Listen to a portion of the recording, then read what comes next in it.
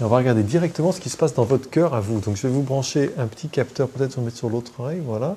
Je mets sur l'aube de l'oreille un petit capteur à infrarouge. Il mesure les changements de couleur au niveau du lobe de l'oreille.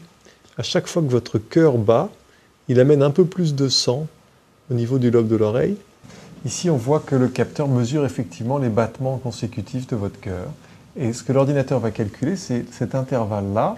Et pour chaque intervalle, il va nous dire, si ça restait toujours comme ça ferait combien de battements par minute? Et c'est ça qu'il nous montre ici. Ici, on voit que vous êtes autour de 90 battements par minute, mais qu'à chaque intervalle, ça varie un petit peu, que parfois ça descend jusqu'à 80, et puis ça peut monter jusqu'à 100, et puis ça redescend, etc. D'accord?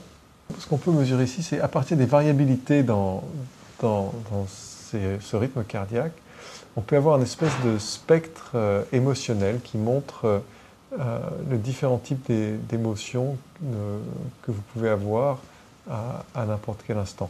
Lorsqu'on est dans le calme, la cohérence, la sérénité, le maximum du spectre se trouve à peu près autour d'ici.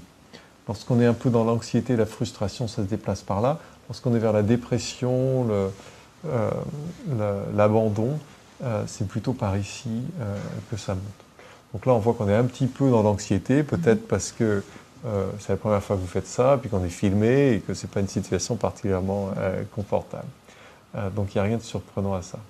Et on peut voir comment, d'ailleurs, la sensibilité de ce système est très particulière, puisque si on vous demande de faire une tâche, comme par exemple de calculer 1365 moins 7, et puis de continuer de soustraire moins 7, moins 7, de faire ça tout haut et le plus vite possible, regardez ce que ça donne.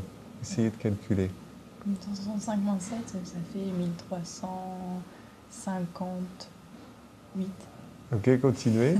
Oui, 1351. vous avez à peine commencé à le faire que déjà là, le rythme cardiaque s'accélère considérablement et on voit qu'il se désorganise.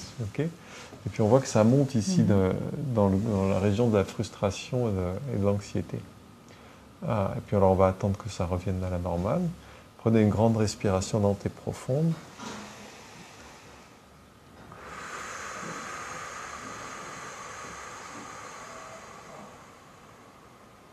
Voilà. Oui, dès que vous faites ça, une simple respiration, ça commence déjà à faire monter le spectre par ici. Et la désorganisation se calme. Très bien. Maintenant, je vais vous demander, et puis le rythme cardiaque a baissé, il était monté jusqu'à plus de 110, là.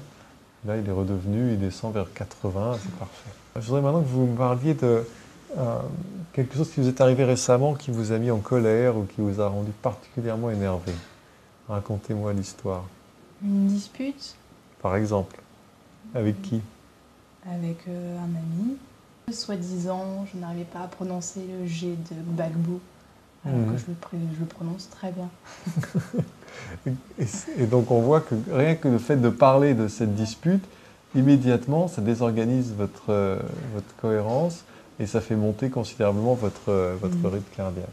Ok. Et puis on voit que là, ça s'active dans la région de la frustration. Il y a un peu de dépression qui vient avec. C'était pas clair comme cette situation. Et puis quand on arrête d'en parler, qu'on pense à autre chose, les choses se remettent un peu tout doucement vers la normale. Et on voit encore que vous avez un spectre très large d'émotions ici. Vous n'êtes pas centré pour l'instant et c'est ça qu'on va apprendre à changer et à contrôler.